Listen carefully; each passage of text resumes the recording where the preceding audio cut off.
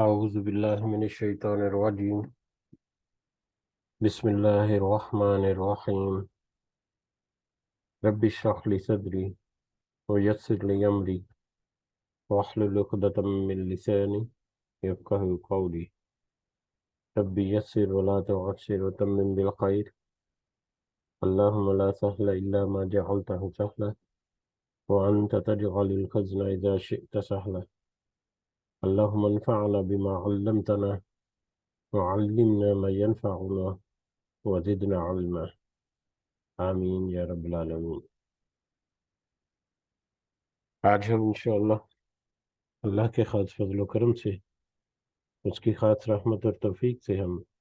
سورۃ السجدہ کی آیت نمبر 23 سے اپنا سبق کا آغاز کریں گے اور کچھ آیات کو. اور آج انشاءاللہ اس سورہ مبارکہ کی جو آخری آیات ہیں، آخری رکوع جو ہے، اس کو مکمل کرنے کی اور اس کو سمجھنے کی کوشش کریں گے. سب سے پہلے ہم اسی کی حمد اور اسی کا شکر اور اسی کی تعریف کرتے ہیں جس نے ہمیں اس قابل بنایا، جس نے ہمیں یہ سہولتیں اور نعمتیں اور بے شمار رزق عطا فرمائے اور سارے وسائل ہمیں مہیا کیے، اور خاص کر جس نے ہمارے دلوں میں یہ ڈالا کہ ہم اس بابرکت کلام کو سمجھنے کی کوشش کریں. اللہ تعالیٰ سے دعا ہے کہ اس کوشش میں استقامت نصیب فرمائے. اس کے ذریعے سے اللہ تعالیٰ ہمیں اپنی اور اپنے ساتھیوں کی اصلاح کرنے کی توفیق عطا فرمائے، اور دنیا کے ساتھ ساتھ اللہ تعالیٰ خاص کر اپنا خاص فضل و کرم اور اپنی خاص فلاح اور کامیابی آخرت میں ہمارے یہاں شامل حال کے. آمین یا رب العالمین. اس سے پہلے کل ہم نے جو آیات دیکھی تھی، آیت نمبر 12 سے لے کر آیت نمبر 22 تک، اس کا ترجمہ ایک دفعہ دہراتے ہیں یاد دہانی کے لیے، جس میں اللہ تعالیٰ نے فرمایا آیت نمبر 12 سے انور: کاش کہ آپ دیکھتے جبکہ گناہ گار لوگ اپنے رب تعالیٰ کے سامنے سر جھکائے ہوئے ہوں گے. کہیں گے اے ہمارے رب، ہم نے دیکھ لیا اور سن لیا، اب تو ہمیں واپس لوٹا دے، ہم نیک اعمال کریں گے، ہم یقین کرنے والے ہیں. اگر ہم چاہتے تو ہر شخص کو ہدایت نصیب فرما دیتے، لیکن میری یہ بات بالکل حق ہو چکی ہے کہ میں ضرور ضرور جہنم کو انسانوں اور جنوں سے پر کر دوں گا. اب تم اپنے اس دن کی ملاقات کے فراموش کر دینے کا مزہ چکھو. ہم نے بھی تمہیں بھلا دیا اور اپنے کیے ہوئے اعمال کی شامت سے ابدی عذاب کا مزہ چکھو. ہماری آیتوں پر وہی ایمان لاتے ہیں جنہیں جب کبھی ان سے نصیحت کی جاتی ہے تو وہ سجدے میں گر پڑتے ہیں اور اپنے رب کی حمد کے ساتھ اس کی تسبیح پڑھتے ہیں اور تکبر نہیں کرتے. ان کی کروٹیں اپنے بستروں سے الگ رہتی ہیں، اپنے رب کو خوف اور امید کے ساتھ پکارتے ہیں، اور جو کچھ ہم نے انہیں دے رکھا ہے وہ خرچ کرتے ہیں. کوئی نفس نہیں جانتا جو کچھ ہم نے ان کی آنکھوں کی ٹھنڈک ان کے لیے پوشیدہ کر رکھی ہے. جو کچھ کرتے تھے یہ اس کا بدلہ ہے. کیا وہ جو مومن ہو مثل اس کے ہو جو فاسق؟ یہ برابر نہیں ہو سکتے. جن لوگوں نے ایمان قبول کیا اور نیک اعمال بھی کیے، ان کے لیے ہمیشگی والی جنتیں ہیں، مہمانداری ہے ان کے اعمال کے بدلے جو وہ کرتے تھے. لیکن جن لوگوں نے حکم عدولی کی، ان کا ٹھکانہ دوزخ ہے، جب کبھی اس سے باہر نکلنا چاہیں گے اس میں لوٹا دیے جائیں گے، اور کہہ دیا جائے گا کہ اپنے جٹلانے کے بدلے اب آگ کا عذاب چکھو. بالیقین ہم انہیں قریب کے چھوٹے سے بہت عنقریب ہم انہیں قریب کے چھوٹے سے بعض عذاب یا چھوٹے عذاب اس بڑے عذاب کے سوا چکھائیں گے تاکہ وہ لوٹ آئے. اس سے بڑھ کر ظالم کون ہوگا جسے اللہ تعالیٰ کی آیتوں سے واز کیا گیا پھر بھی اس نے ان سے منہ پھیر لیا، یقین مانو کہ ہم بھی گناہ گاروں سے انتقام لینے والے ہیں۔ یہ کل کی آیات تھی جس میں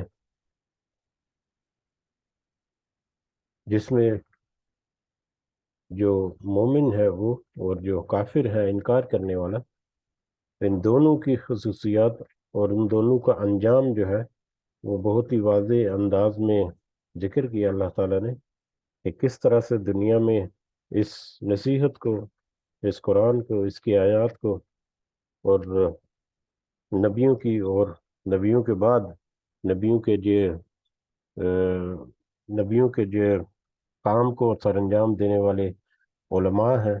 ان کی نصیحت کو، ان کی باتوں کو جٹلاتے ہیں، ان کا دنیا میں چھوٹے چھوٹے عذابوں کے ساتھ ان کی یاد دہانی کے لیے چھوٹے چھوٹے عذاب یا مطلب چھوٹی چھوٹی ان کی سزائیں، وہ بھی ایک بڑے عذاب سے پہلے ان کو ان کے اوپر بھیجی گئیں، تاکہ وہ یاد دہانی ہو جائے اور وہ واپس اپنے آپ کو بدل لیں، نصیحت حاصل کریں۔ لیکن اس کے باوجود جنہوں نے اپنے اوپر ظلم کیا، ان کا کیا انجام ہوا، اور پھر اس کے اپوزٹ جو ایمان والے ہیں، جو نیک عمل کرتے ہیں، اور جن کی پیٹھیں جو ہیں ان کے بستروں سے نہیں لگتی، اور وہ امر بالمعروف اور نہی عن المنکر کے کاموں کو بھی انجام دیتے ہیں، تو ایسے لوگوں کے لیے پھر ہمیشگی والے باغات، جن کی مہمان نوازی کے لیے بہت ساری ایسی چیزیں ہیں، اور ان کے ہمیشگی کے لیے ایسی ایسی چیزیں اللہ تعالیٰ کے پاس ہیں کہ دنیا میں انسان اس کا وہم و گمان بھی نہیں کر سکتا۔ بہت واضح آیات تھیں، اور ہماری جو حدیث کا جو چیپٹر ہمارا چل رہا ہے جمعرات کا، اس کے ساتھ بھی بہت مطابقت رکھنے والی آیات تھیں۔ بڑھتے ہیں آج کے اگلے سبق کی طرف۔ آیت نمبر 23 سے ہم آج کا سبق شروع کرتے ہیں انشاءاللہ۔ اعوذ باللہ من الشیطان الرجیم۔ وَلَقَدْ آتَيْنَا،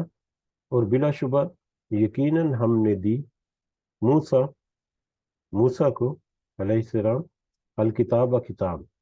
بلا شبہ ہم نے یقیناً موسیٰ کو کتاب دی، فلا تکن، تو پس آپ نہ ہوں، فی مریۃ، کسی شک میں، من لقائہ، اس کی ملاقات سے،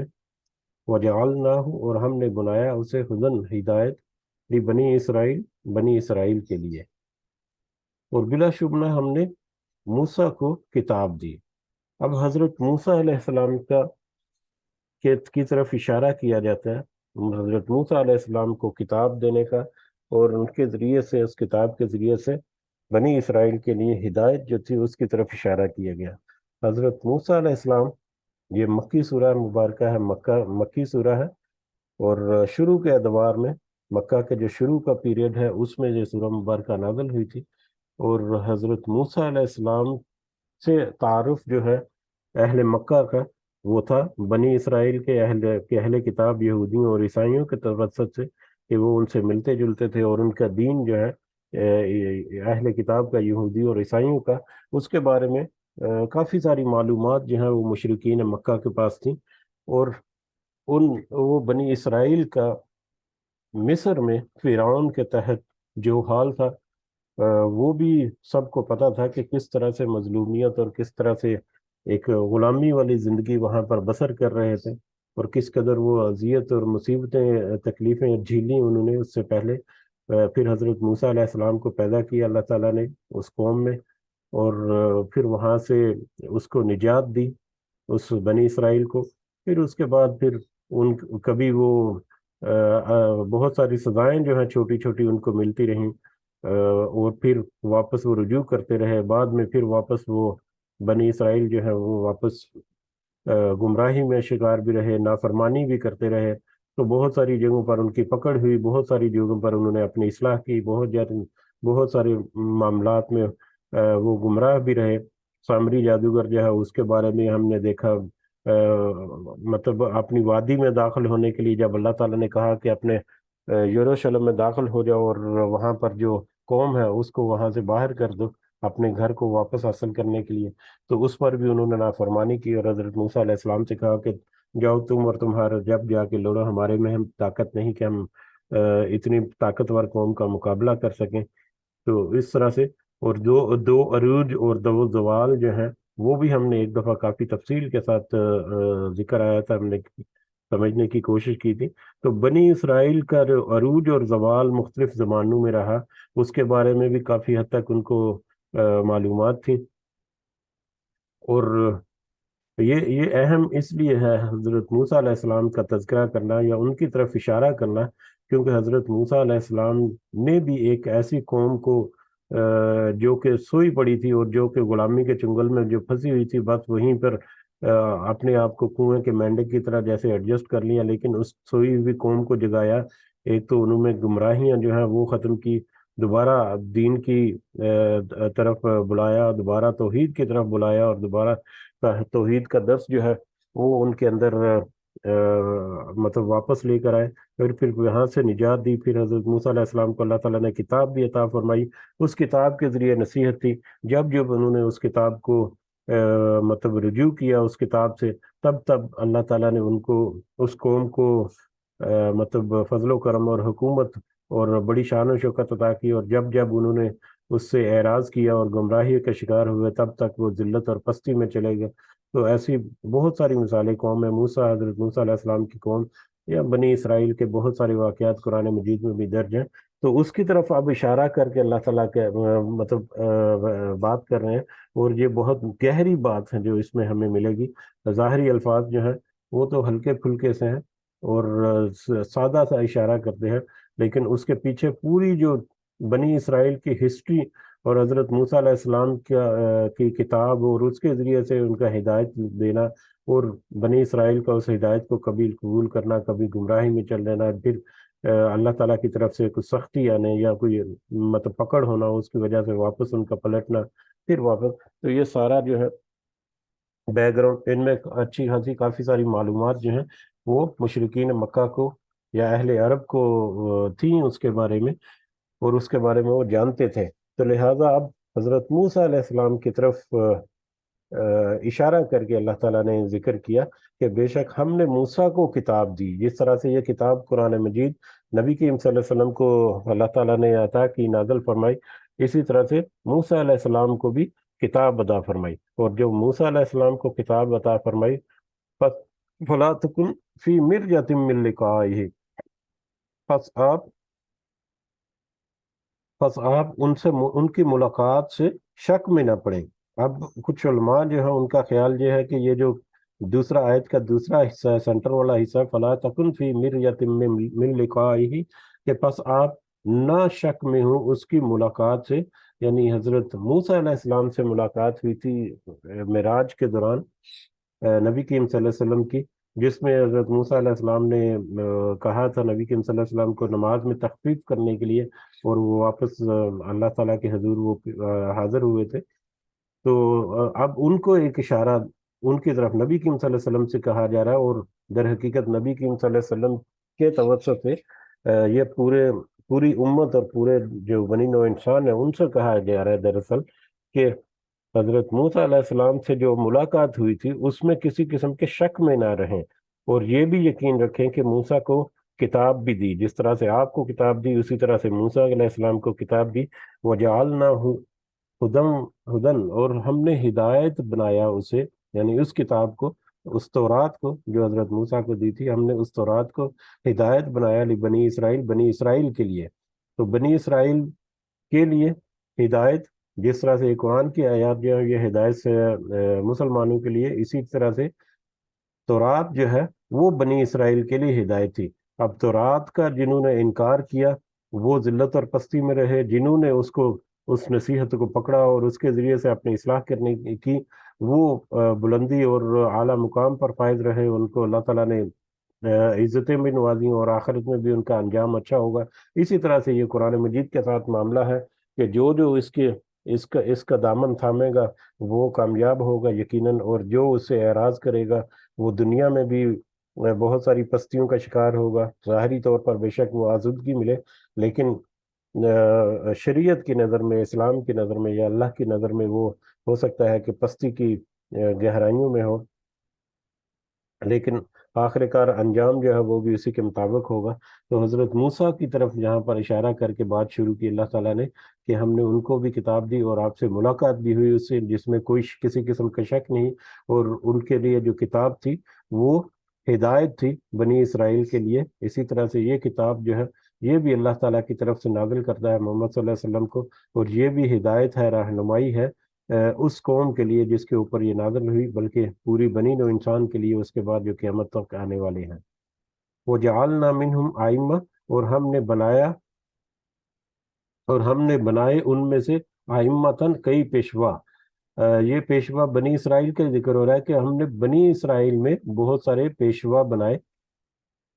یہدون بامرنا، اب بہت سارے پیشوا بنائے یا بہت سارے ائمہ کرام بنائے جو اس کتاب سے یعنی تورات سے ہدایات کو اخذ کرتے تھے، نصیحت کو اخذ کرتے تھے، اور ان کا کیا کردار تھا وہ اگلے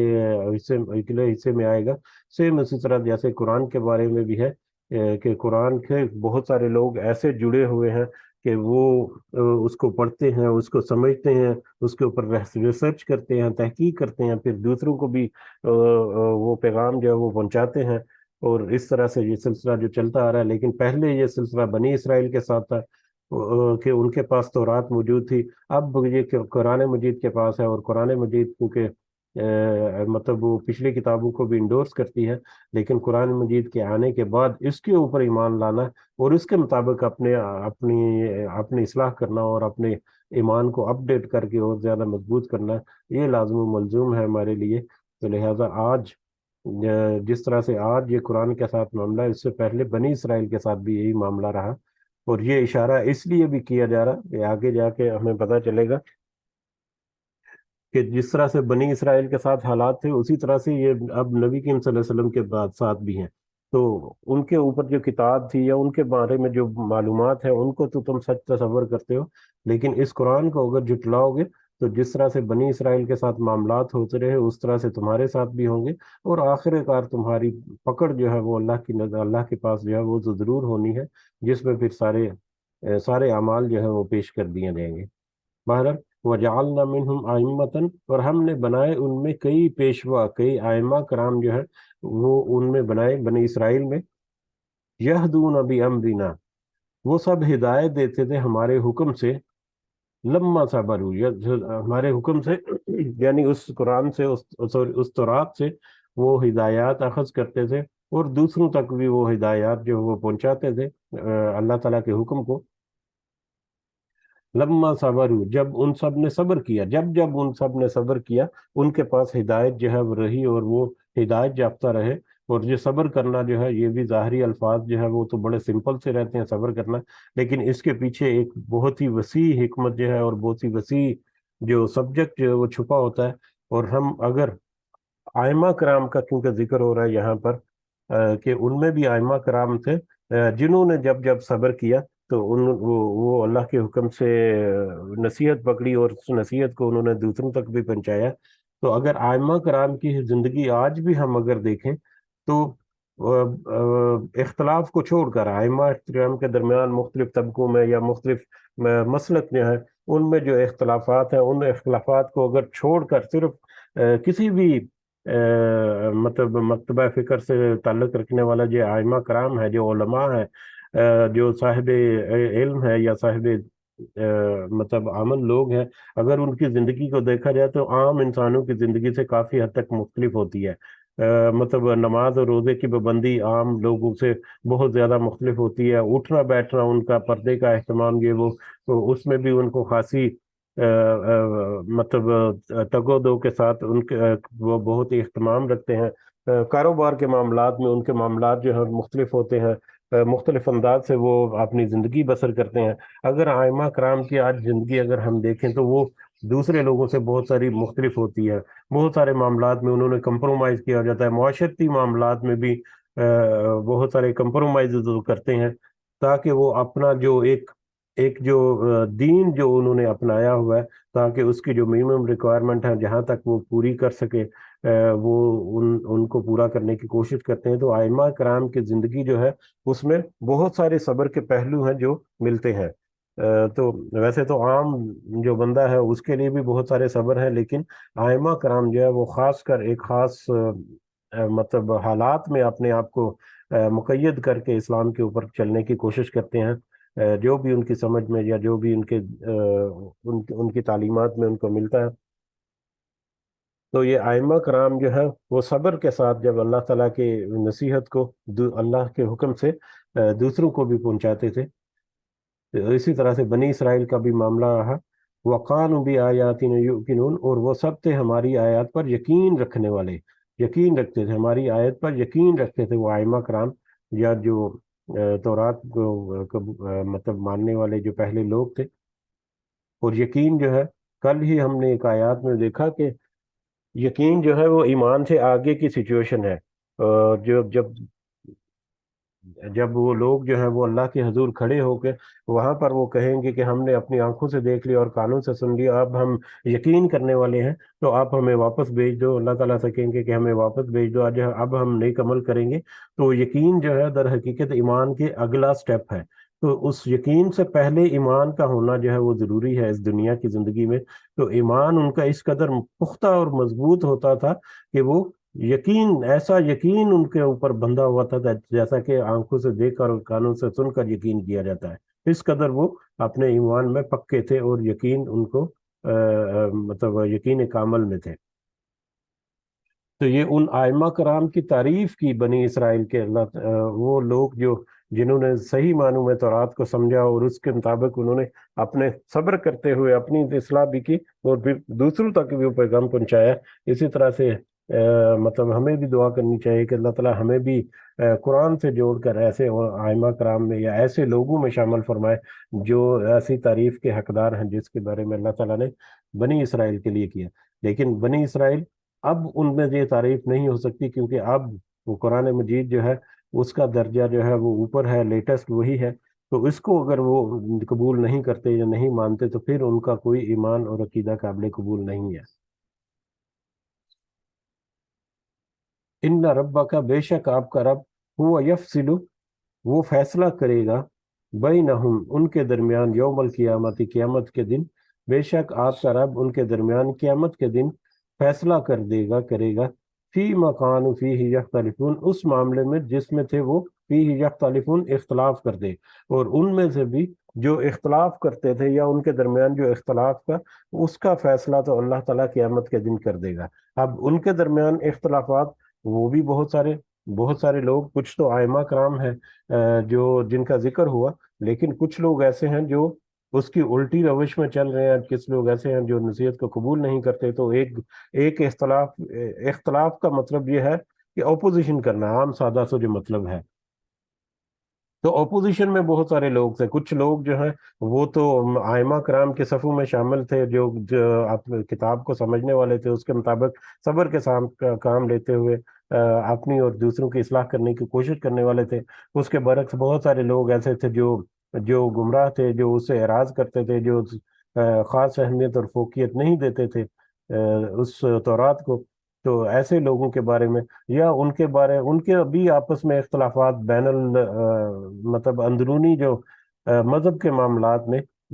مختلف طرح کے جو عقائد ان میں گڑے ہوئے ہیں، مختلف طرح کے وہ اختلافات کی وجہ، یا یہ اختلاف جو ہے بین المذاہب بھی ہو سکتا ہے، کہ جیسے کہ مشرک اور موحد کے درمیان اختلافات ہے، کہ موحد جو ہے وہ تو کہتا ہے کہ اللہ تو صرف ایک ہی ہے اور صرف وہی ہے جو عبادت کے لائق ہے، لیکن مشرک کہتا ہے کہ نہیں، اس کے بھی بہت سارے شریک ہیں اور وہ بھی دعاؤں کو سنتے ہیں، اور مطلب جو بھی، تو مختلف طرح کے اختلافات جو ہے وہ ان میں بھی رہے، چاہے وہ ان کے آپس کے اختلافات رہے یا ان کے بین المذاہب جو اختلافات رہے، ان سارے اختلافات کے درمیان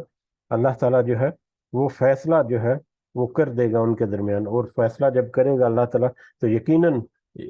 ایسے ایویڈنسز رکھ کے کرے گا اللہ تعالیٰ فیصلہ کہ جس کے اوپر کسی کو کوئی شک و شبہ کی گنجائش ہی نہیں ہوگی کہ اس میں کوئی اور فیصلہ بھی اس کا بن سکتا ہے۔ اسی طرح سے آج ہماری سچویشن بھی ہے کہ ہم نے بھی اسی طرح سے قرآن کو پکڑ کر اس میں بہت سارے اختلافات بھی ہیں، ہمارے اندرونی اختلافات بھی ہیں، ودن ہماری جو امت ہے اس کے اندر بہت سارے اختلافات ہیں، اور اس کے علاوہ دوسرے بہت سارے دوسرے مذاہب سے بھی اختلافات ہیں، تو یہ سارے اختلافات کا اللہ تعالیٰ کی قیامت کے دن فیصلہ کرے گا انصاف کے ساتھ۔ اولم، اور کیا نہیں، یہدی، اس نے رہنمائی کی، لہم، ان کی، کم اہلکنا، اور کیا ان کی رہنمائی نہیں کی، اب ان کی رہنمائی نہیں کی، کیا ان کی رہنمائی نہیں کی، کس نے ان کی رہنمائی نہیں کی، یہ ایک سوال ہے۔ کم اہلکنا، کتنی ہی ہم نے ہلاک کر دی، من قبلہم، ان سے پہلے، من القرونی، امتوں میں سے یا بستیوں میں سے، کتنی ہی بستیاں اس سے پہلے ہم نے ہلاک کر دی۔ اللہ تعالیٰ کہہ رہے ہیں یمشون فی مساکنہم، وہ سب چلتے پھرتے تھے ان کے گھروں میں، جو سب چلتے پھرتے تھے ان کے گھروں میں، یعنی اس سے پہلے جو لوگ ہیں وہ، ان بہت ساری قومیں ایسی ہیں جن کو اللہ تعالیٰ نے ہلاک کر دیا، بہت ساری بستیوں کو اللہ تعالیٰ نے ہلاک کر دیا، جبکہ وہ سب چلتے پھرتے تھے ان کے گھروں میں۔ بنی اسرائیل جو ہے وہ بھی ان کے گھروں میں چلتے پھرتے تھے، یعنی یہ جو پرانی بستیوں کے جو باقیات جو نظر آتے ہیں، جیسا کہ مطلب مدین کے جو بہت سارے یہاں کھنڈرات جو ہیں، اس کی طرف یہاں پر مطلب اشارہ ہے، جہاں پر اہل عرب جو ہے وہ بھی گزر کر جایا جاتے کرتے تھے۔ اس سے پہلے بنی اسرائیل میں تو خود انہی کی قوموں میں بہت سارے واقعات ہوئے، اور وہ ان کے تجارتی رستوں میں اور مختلف جگہوں پر ان کے مختلف مقامات تھے، ان کی پرانی جو قومیں جن کو ہلاک کر دیا، اور ان کے بارے میں ان کے پاس بہت ساری آیات بھی تھی، بہت ساری نشانیاں یا بہت سارے ان کے پاس معلومات بھی تھیں کہ یہ بستیاں جو ہے یہ کیسے ہلاک کی ہیں، ان کا عمل کیسا رہا، ان کا رویہ کیسا رہا، اور انہوں نے کس طرح سے اپنے نبیوں کو جھٹلایا اور اس کی تکذیب کے ساتھ ساتھ نافرمانی کی، اور آکڑ میں پڑتے رہے، اور کس طرح سے اللہ تعالیٰ نے ان کو، ان بستیوں کو عذاب سے دوچار کر دیا۔ تو وہ ان بستیوں کو کبھی وزٹ کرتے تھے، یا ان کے راستے میں کبھی جب آتی تھی تو ان بستیوں کو دیکھ کر ان کو وہ یاد جو ہے وہ تازہ ہو جاتی تھی۔ تو کیا ان بستیوں کی باقیات یا کھنڈرات جن سے وہ گزرتے، یا جن سے جن کو وہ دیکھتے تھے، کیا انہوں نے بھی ان کی رہنمائی نہیں کی؟ ان بستیوں نے بھی ان کی رہنمائی نہیں کی کہ پچھلے لوگوں نے جیسا کیا ان کا انجام کیا ہوا، اگر تم بھی ایسا کرو گے تو تمہارا انجام بھی کیسا ہوگا۔ ان فی ذالک، بے شک اس میں، لآیۃ، یقیناً نشانیاں ہیں، افلا یسمعون، تو کیوں نہیں وہ سب سنتے، تو کیوں نہیں وہ سنتے۔ اب اس میں بھی یعنی پچھلی قوموں کی ہلاکت، اور ہلاکت کے بعد ان کی باقیات جو ہیں، ان کے جو کھنڈرات جو ہیں، وہ ان کی داستانیں جو ہیں وہ پکار پکار کر سب کو مطلب بلاتی ہیں، اور پکار پکار کر سب کو سناتی ہیں کہ ہماری یہ تاریخ تھی، ہماری یہ ہسٹری تھی، ہم نے اپنے نبیوں کے ساتھ یہ کیا، ہم نے اپنا کردار اس طرح کا رکھا، اس کے بدلے میں ہمیں کس طرح سے اس دنیا میں اس سزا سے دوچار کر دیا گیا، اور آخرت کی سزا تو ابھی باقی ہے جو مطلب مسلسل قائم رہنے والی ہوگی۔ تو ایسی یہ بستیاں جو ہیں وہ پکار پکار کر ان کو کہتی ہیں کہ دیکھو ہمارا کیا انجام ہوا، تم اگر اس رستے پر چلو گے تو تمہارا بھی یہی انجام ہوگا۔ کیا وہ ان پکاروں کو نہیں سنتے؟ کیا وہ ان سٹوریوں کو، ان واقعات کو کیا وہ نہیں سنتے؟ کیا وہ نہیں ان کے اوپر کان کیوں نہیں دھرتے یہ؟ تو یہ پچھلی امتوں یا پچھلی قوموں کے جو معاملات ہیں، ہمارے سامنے بھی بہت ساری بستیاں، بہت سارے معاملات ایسے ہیں جو پچھلی قوموں سے متعلقہ ہے، ہر ملک میں تقریباً ہے، کہ ان کو جب آثار قدیمہ کہہ سکتے ہیں یا کھنڈرات وغیرہ جیسے کہہ سکتے ہیں، جب وہاں پر جاتے ہیں تو ان کی عظیم الشان سلطنتیں اور ایسی ایسی بستیاں ہیں، آباد تھیں، کہ آج کے لیٹسٹ ٹیکنالوجی بھی ان کا، وہ ایسی بستیاں تعمیر کرنا وہ مطلب آسان کام نہیں۔ اگر اہرام مصر میں، الیگزینڈرا میں جو پیرامڈز ہیں، اس کے اہرام مصر ہیں، ان کی طرف اگر دیکھا جائے تو کس طرح سے وہ بلٹ کیا، اور کس طرح سے ان کے اندر انہوں نے فیچرز رکھے تھے محفوظ کرنے کے لیے مختلف چیزوں کو، رہنے بہنے کے لیے، اور ہوا کا انتظام، اور وہاں پر سورج کی روشنی کا انتظام کس طرح سے۔ آج بھی سائنس جو ہے، یا آج کی لیٹسٹ ٹیکنالوجی ہے، وہ اب تک ناکام ہے کہ اس کے ساری کی ساری اس کو کور کر کے، اس کے سارے کنسٹرکشن کو یا اس کی تعمیر کو اور اس کے جو فیچرز تھے ان کو وہ سمجھ سکوں۔ اس کے علاوہ بہت ساری ایسی بستیاں یا بہت ساری ایسی کھنڈرات ایسے موجود ہیں، مطلب ریتوں کے اندر، اور کچھ مطلب مٹی کے جو میدان ہے اس میں چٹانیں جو ہیں کئی کئی ہزار ٹن وزنی چٹانیں جو ہے وہ تراش کر وہاں پر رکھی گئیں. آج بھی سائنس جو ہے وہ ریسرچر جو ہے وہ حیران ہے کہ یہاں پر کیسے لائی گئیں یہ بڑے بڑے پتھر اور بڑے بڑے چٹانیں جو ہیں کیسے ان کو ٹرانسپورٹ کیا گیا اور کیسے ان کو وہاں پر کھڑا کر کے اس کے اوپر عمارات تعمیر کی گئی. آج بھی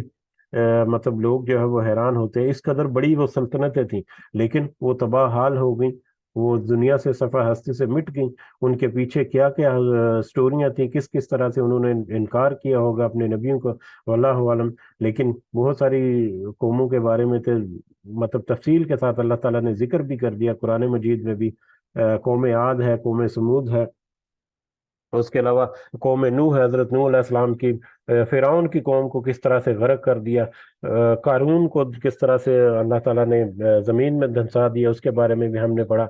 تو بہت ساری بستیاں جن کے بارے میں ذکر ہے، تو وہ پکار پکار کر کہتی ہیں کہ ہمارا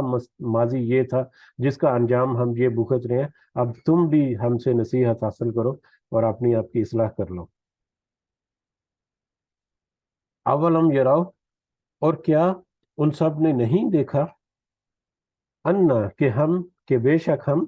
کیا انہوں نے نہیں دیکھا کہ بے شک ہم نسوق الماء، ہم ہانک لے جاتے ہیں پانی کو، ہانک لے جاتے ہیں یا بہا لے جاتے ہیں پانی کو، الی الارض، اس زمین کی طرف، الجرزی، جو کہ چٹیل ہے، جو کہ بیابان ہے، مطلب بنجر زمین ہے یا بیابان ہے یا چٹیل ہے یا مردہ زمین ہے. کیا کیا ان سب نے نہیں دیکھا کہ کس طرح کے بے شک ہم ہانک کر لے جاتے ہیں یا بہا کر لے جاتے ہیں پانی کو چٹیل یا بنجر یا بے جان زمین کی طرف، فَنُخْرِجُ بِهِ زَرْعًا، پھر ہم نکالتے ہیں اس کے ذریعے سے کھیتی. ہم ہانک کر لے جاتے ہیں چٹیل میدان کی طرف پانی کو. یہ پانی کو ہانکنا یا بہا کر لے جانا یہ دونوں طرح سے اس میں شامل ہے. ایک تو بارش کی شکل میں جب پانی جو ہے وہ سمندر سے، اور دوسرے جو آبی ذخیرے جو ہیں وہاں سے وہ بخارات کی شکل میں اٹھ کر، بھاپ کی شکل میں اٹھ کر بادل جو بنتے ہیں، وہ بادل جو ہے وہ ہانک دیے جاتے ہیں دوسرے اونچے مقامات کی طرف، جس میں میدانی علاقے میں بھی ہوتے ہیں اور جس میں پہاڑی سلسلے بھی آتے ہیں. اور پھر میدانی علاقوں میں بھی مختلف جگہوں پر وہ بارش برساتی ہے وہ بادل، اور اس کے ذریعے سے پھر وہ اوپر جا کر سٹوریج ٹینک جو ہے، جو گلیشیئر وغیرہ ہے، وہاں پر بارش برسائی جاتی ہے جس میں پانی جو ہے وہ گر کر برف بن جاتا ہے. اور پھر اس برف سے جب ان گلیشیئر سے پھر آہستہ آہستہ پانی رس رس کر ندی نالوں کی شکل میں، پھر نہروں کی شکل میں، دریاؤں کی شکل میں بہتا ہوا زمین کے مختلف علاقوں سے گزرتا ہے. اور یہ سارا دونوں طرح کا پانی جو ہے وہ آبپاشی کے کام آتا ہے. بارش کے ذریعے سے بھی آبپاشی ہوتی ہے. بارش کو بھی اگر ہم دیکھا جائے تو پانی کو ایک جگہ سے پھانک کر یا بہا کر دوسری جگہ پر لے جا کر وہاں پر اللہ تعالیٰ بارش برساتا ہے، جس سے وہ پانی جو ہے حاصل کرتی ہے زمین. یا سمندروں، دریاؤں، ندی نالوں کے ذریعے سے جو اریگیشن سسٹم، جو پانی جو بہہ بہہ کر مختلف زمین کے، خشک زمین کے مختلف حصوں تک پہنچتا ہے. تو یہ سارا دونوں طرح کے نظامات اس میں آ جاتے ہیں کہ ہم ہی ہیں، اللہ ہی ہے جو پانی کو ہانک کر یا بہا کر لے جاتا ہے چٹیل زمین کی طرف، ایسی بنجر زمین کی طرف جس کو پانی کی ضرورت ہے کہ جب پانی اس کے اوپر پڑے تو وہ لہلہا اٹھے. تو جب اس کو پانی ملتا ہے تو فَنُخْرِجُ بِهِ زَرْعًا، تو ہم نکالتے ہیں اس کے ذریعے سے کھیتی. اس کے ذریعے سے پھر کھیتی، یہ فصلیں اور جتنے باغات اور جتنا پھر چارہ وغیرہ ہے وہ سارا، تاکل، کھاتے ہیں، منہ، ان میں سے، انعامہم، ان کے چوپائے، وانفسہم، اور وہ خود بھی، اور ان کے اپنی جانیں بھی یا وہ خود بھی اس کھیتی میں سے وہ خود بھی کھاتے ہیں اور ان کے چوپائے بھی کھاتے ہیں. یعنی جانوروں کے کھانے بھی کے بھی کام آتی ہے وہ کھیتی جو ہے مختلف طرح کے، اور وہ لوگ جو ہے، انسان جو ہے وہ بھی اس کو کھاتے ہیں، مختلف طرح کے پھل اور سبزیاں اور اناج، یہ سارا کچھ ہے. افلا یبصرون، تو کیا تم نہیں دیکھتے، کیا تم اس کے اوپر غور و فکر نہیں کرتے اور اس کے اوپر نہیں دیکھتے کہ کس طرح سے اللہ تعالیٰ نے یہ نظام بنایا ہے. اب ظاہری طور پر تو یہ الفاظ جو ہے یہ ہمیں اللہ کی ایک آیت کی طرف اشارہ کرتے ہیں، اللہ تعالیٰ کی ایک قدرت کی طرف اشارہ کرتے ہیں کہ کس طرح سے اللہ تعالیٰ نے واٹر سائیکل جو ہے وہ کریٹ کیا ہوا ہے، اور اس واٹر سائیکل کے لیے کے ذریعے سے پھر زندگی کا جو لائف سائیکل ہے اس کا چلتے رہنا، اس کی طرف اشارہ ہے. اور اس اشارے کو بہت وسعت کے ساتھ بھی اسٹڈی کیا جا سکتا ہے کہ کھیتی جو ہے، کھیتی اس کے مرہون منت ہوتے ہیں، جانور بھی اور انسان بھی. اور جانور انسان جو ہے جب وہ اس کھیتی کو کھاتے ہیں تو دوبارہ سے پورا پورا جو نظام زندگی ہے وہ اس میں کور ہو جاتا ہے. کافی دفعہ اس کے اوپر ذکر کیا. لیکن اس کا ایک دوسرا جو پہلو ہے جو اکثر علماء جو ہے وہ ہمیں اشارہ کرتے ہیں اپنی تفاسیر میں، کہ کیونکہ اس سے پہلے ہدایت اور نصیحت کا معاملہ چل رہا ہے اور قرآن مجید کا معاملہ چل رہا ہے، اور اہل عرب جو ہے وہ اس کا مسلسل انکار کرتے جا رہے ہیں. اور وہ بلکہ الٹا جو ہے وہ یہی کہتے ہیں کہ مطلب یہ وقتی طور پر یہ دین ہے، مطلب آہستہ آہستہ سے یہ معدوم پڑ جائے گا. کمزور سے لوگ ہیں جو نبی کریم صلی اللہ علیہ وسلم کے ساتھ ملے ہوئے ہیں، ان میں کوئی طاقت نہیں ہے. تو اللہ تعالیٰ کہہ رہے ہیں کہ دیکھو جس طرح سے یہ بنجر اور ایک چٹیل زمین جو ہے اس کے اوپر پانی کو بہا لے گیا اللہ تعالیٰ، اور اس کو پھر آباد کر کے اس کو سرسبز کر دیا، اور اس کا فائدہ جو ہے سارے کے سارے جانور انسان جو ہے وہ اٹھانے والے ہیں. اسی طرح سے یہ اسلام کا پودا جو ہے یہ ابھی تو یہ ہلکا سا کومپل سی ہے، بلکہ لیکن یہ بھی توانا ہوگا. اس کو اللہ تعالیٰ مضبوط کرے گا اور اس کو اللہ تعالیٰ پھیلا دے گا زمین کے اوپر، اور اس کے ذریعے سے پھر انسانوں کی اصلاح کرے گا، ہر طرح کے انسانوں کی. اور پھر وہ اس سے فائدہ اٹھائیں گے خود بھی، اور دوسروں کو بھی اس سے فائدہ جو ہے نصیحت جو وہ پہنچائیں گے. تو یہ اس میں جو ایک لاجیکل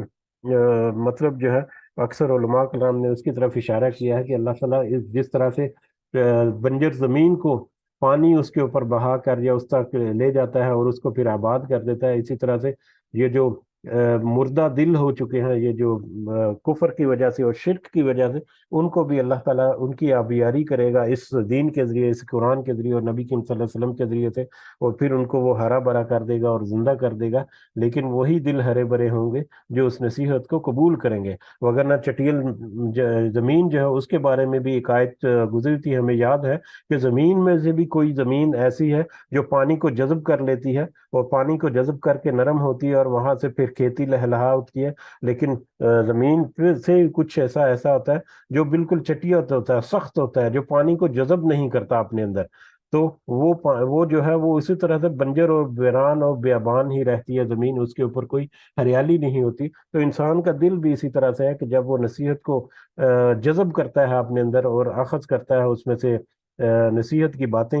اور اس کے ذریعے سے اپنی اصلاح کرتا ہے، تو در حقیقت وہ ہرا بھرا ہو جاتا ہے. لیکن جو اس نصیحت کو جذب نہیں کرتا اور اس کا اثر قبول نہیں کرتا، تو وہ پھر ایسا ہی بنجر کا بنجر ہی رہتا ہے، خواہ دیکھنے میں وہ جیسا ہی آسودہ حال ہو، لیکن اس کی جو آبادی صحیح ہے یا اس کی رونق جو صحیح ہے وہ تو دین کی قوت کے ساتھ ہی ہے. جو جتنا اس میں دین جو ہے جذب ہوگا اتنا ہی وہ سرسبز و شاداب ہوگا. وہ یقولون، اور وہ کہتے ہیں متا، کب ہوگا حاض الفتح، یہ فیصلہ کب ہوگا. اب یہ مشرقین مکہ کی طرف آگے کہ مشرقین مکہ جو ہے یا اہل قریش جو ہے اس وقت کے، وہ لوگ کہتے تھے عذاب کے بارے میں، بار بار کہتے تھے کہ جب یہ جو عذاب جس کا آپ صلی اللہ علیہ وسلم بار بار کہتے ہیں کہ اگر پچھلی قوموں کی طرح تم نے بھی نصیحت قبول نہیں کی کہ تو تمہارے اوپر بھی عذاب آ جائے گا. تو وہ کہتے تھے کہ کب آئے گا وہ عذاب، ہم تو انکار کرتے جا رہے ہیں، ٹھیک ہے عذاب جب آئے گا تو ہم دیکھیں گے. مطلب تو عذاب کا مطالبہ کرتے تھے. بہت ساری جگہوں پر اس میں بارے میں ذکر ہوا، تو وہ یہاں پر بھی ہو یقولون متی ھذا الفتح، کہ وہ کہتے ہیں کہ کب ہوگا یہ فیصلہ، یا کب وہ عذاب کا وقت آئے گا، یا کب عذاب آئے گا جس کا بار بار ہمیں جس سے ڈرایا جا رہا ہے. ان کنتم صادقین، اگر تم سچے ہو، اگر آپ سچے ہیں صلی اللہ علیہ وسلم، تو وہ عذاب جو ہے وہ کب آئے گا ہمیں بتا دیں. ہمارے سامنے بھی وہ عذاب آئے، ہم بھی اس کو دیکھ لیں، تو اس کو ہم دیکھیں گے تو ہم نصیحت کر لیں گے اور مطلب تو عذاب کا مطالبہ کرتے تھے نبی کریم صلی اللہ علیہ وسلم کو، اور اس کہتے تھے کہ کب آئے گا. آپ ان سے کہہ دیجئے، کہہ دیجئے یوم الفتح، فیصلے کا دن. یہ عذاب کا دن یا فیصلے کا دن، یہ دونوں طرح سے آگا. دنیا میں بھی عذاب جو ہے وہ بھی آ سکتا ہے، دنیا کی کوئی سزا بھی ہو سکتی ہے، اور آخرت میں فیصلے کا دن جو ہے وہ تو اٹل ہی ہے، وہ تو آنا ہی آنا ہے. دنیا میں اگر کسی کو محسوس ہو کہ نہیں ہو کہ اس کے اوپر کوئی سختی عذاب آ چکا ہے، کچھ لوگ جو ہے وہ کی شدت، حالات کی شدت کی وجہ سے وہ احساس کرتے ہیں. کچھ لوگ جو ہے ان کو آسودگی میں ہی در حقیقت ان کو سزا دی جا رہی ہے کہ ان سے توفیق جو ہے وہ طلب کر لی جاتی ہے، اور ان کے پاس تو سارا کچھ ہونے کے باوجود اللہ تعالیٰ یہ توفیق نہیں دیتا، یا ان کے پاس یہ توفیق نہیں ہوتی کوئی نیکی کا کوئی کام کرے. تو یہ بھی ایک سزا کی قسم ہے. بہرحال آخرت کا فیصلہ جو ہے، فیصلہ کن دن جو ہے، وہ بھی ایک بڑے عذاب یا بڑے سزا کی طرف، یا بڑا بڑا دن ہے جس کا تذکرہ کل ہی ہوا تھا، کہ اس سے پہلے چھوٹے چھوٹے عذاب جو ہیں ان کے ذریعے سے یاد دہانی کرائی جاتی ہے بڑے عذاب کی، تاکہ وہ لوگ جو ہے نصیحت پکڑیں. تو یہ جو لوگ جو ہے، یہ جو فیصلے کا یا عذاب کا بار بار مطالبہ کرتے ہیں کہ کب آئے گا، آپ ان سے کہہ دیجئے یوم الفتح، فیصلے کا دن، لا ینفع، جب وہ فیصلے کا دن آئے گا، جب وہ عذاب کا یا فیصلے کا دن آ جائے گا، چاہے وہ دنیا میں آئے. دنیا میں تو پچھلی قوموں کے ساتھ رہا، لیکن مختلف طریقوں سے مطلب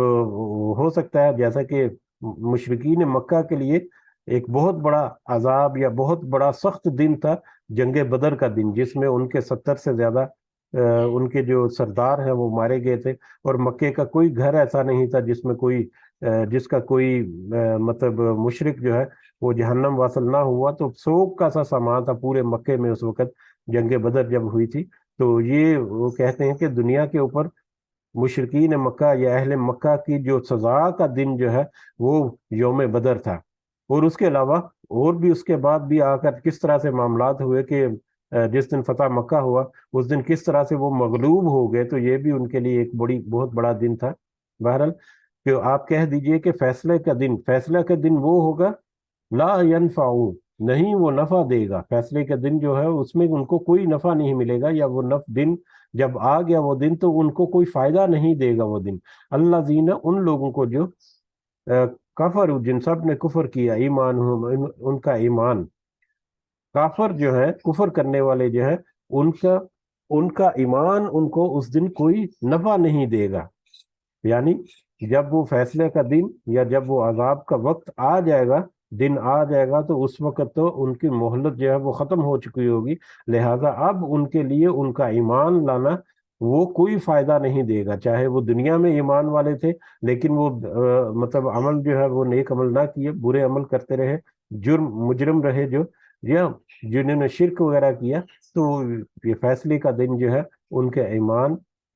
چاہے وہ پہلے تھا یا ان کا اس وقت ایمان لانا، ان کو کوئی فائدہ نہیں پہنچائے گا. ولا ہم ینظرون، اور نہ ہی وہ مہلت دیے جائیں گے، اور ان کو کوئی دوبارہ سے موقع بھی نہیں دیا جائے گا کہ ہاں ٹھیک ہے ایک دوبارہ سے چانس ہمیں تمہارا مل جاتا ہے. کل کے سبق کی جو پہلی آیت تھی، یہ ایگزیکٹلی اس کی طرف بہت ہی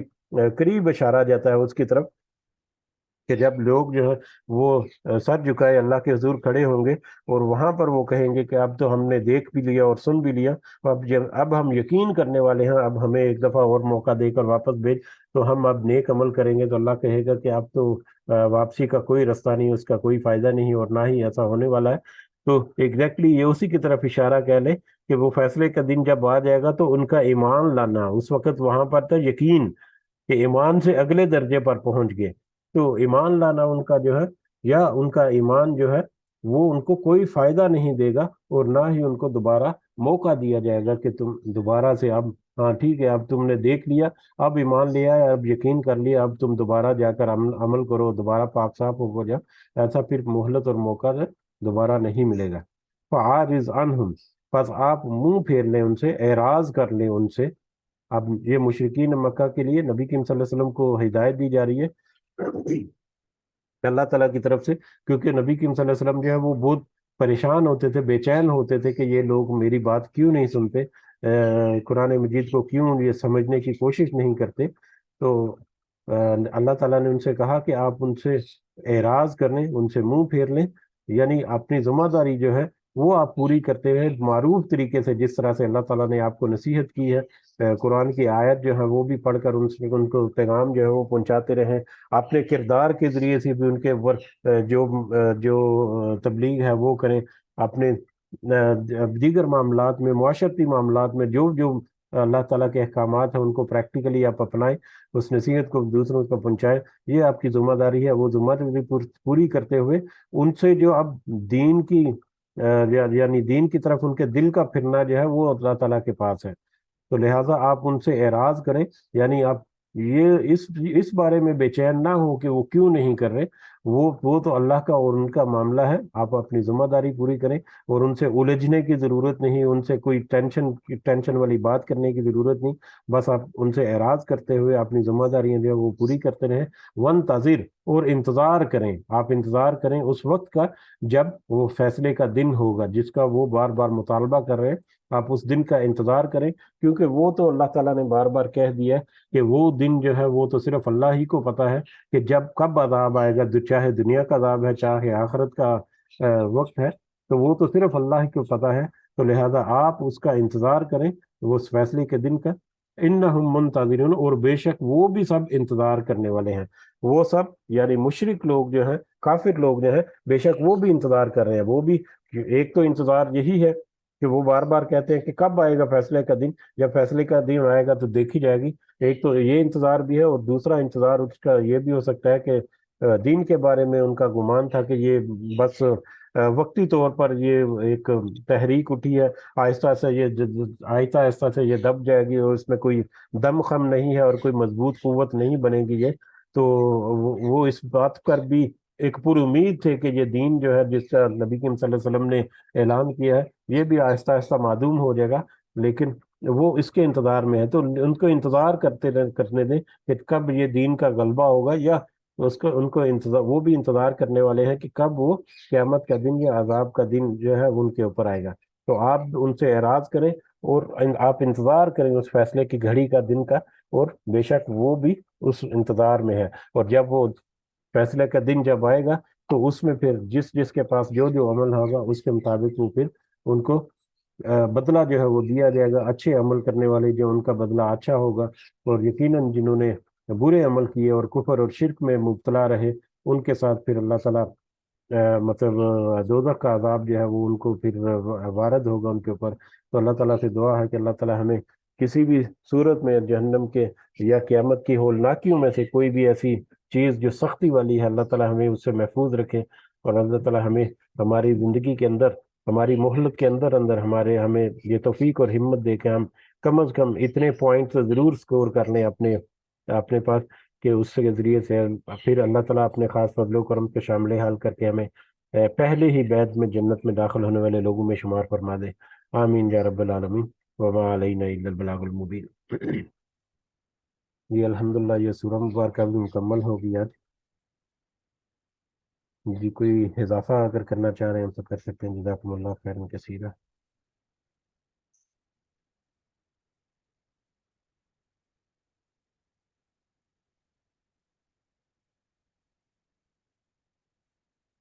جی اجازت چاہتے ہیں پھر انشاءاللہ کل اگلے سبق کے ساتھ حاضر ہوں گے، سب کو دعا میں ضرور یاد رکھا کریں، مجھے بھی ضرور اپنی دعاؤں میں یاد رکھیں، اللہ تعالیٰ ہم سب کا حامی و ناصر ہو، ہم سب کے، اور ہمارے وہ لوگ جو ہمارے ساتھ شامل نہیں ہوتے، ہمارے جتنے مومن اور مومنات، ہمارے جتنے عزیز و کرب بہن بھائی رشتہ دار، سب کو اللہ تعالیٰ اپنے خاص فضل و کرم سے نصیحت اور ہدایت عطا فرمائے، اور ان کے لیے آسانیاں عطا فرمائے، ہمارے جتنے معاملات میں پریشانیاں ہیں ان کو اللہ تعالیٰ دور فرمائے، اور خاص مدد ہمارے شامل حال کرے، اور ہماری آسودگی میں بھی ہمیں اس قدر توفیق دے کہ ہم اس آسودگی کا فائدہ بھی ہم اچھے عمل کر کے، اور اس نعمتوں کو، اللہ کے رزق کو اللہ ہی کے راستے میں کھپا کر، اور اللہ کے راستے میں اس کو خرچ کر کے، اللہ تعالیٰ ہمیں بھی ہمت و توفیق دے کہ ہم اپنی نیکیاں جو اکٹھی کر سکیں، اپنے اعمال کی اصلاح کر سکیں، آمین یا رب العالمین۔ ہمارے والدین کو اللہ تعالیٰ خاص صحت سے بھرپور زندگی عطا فرمائے، جو اس دنیا سے چلے گئے ہیں تو اللہ تعالیٰ انہیں بھی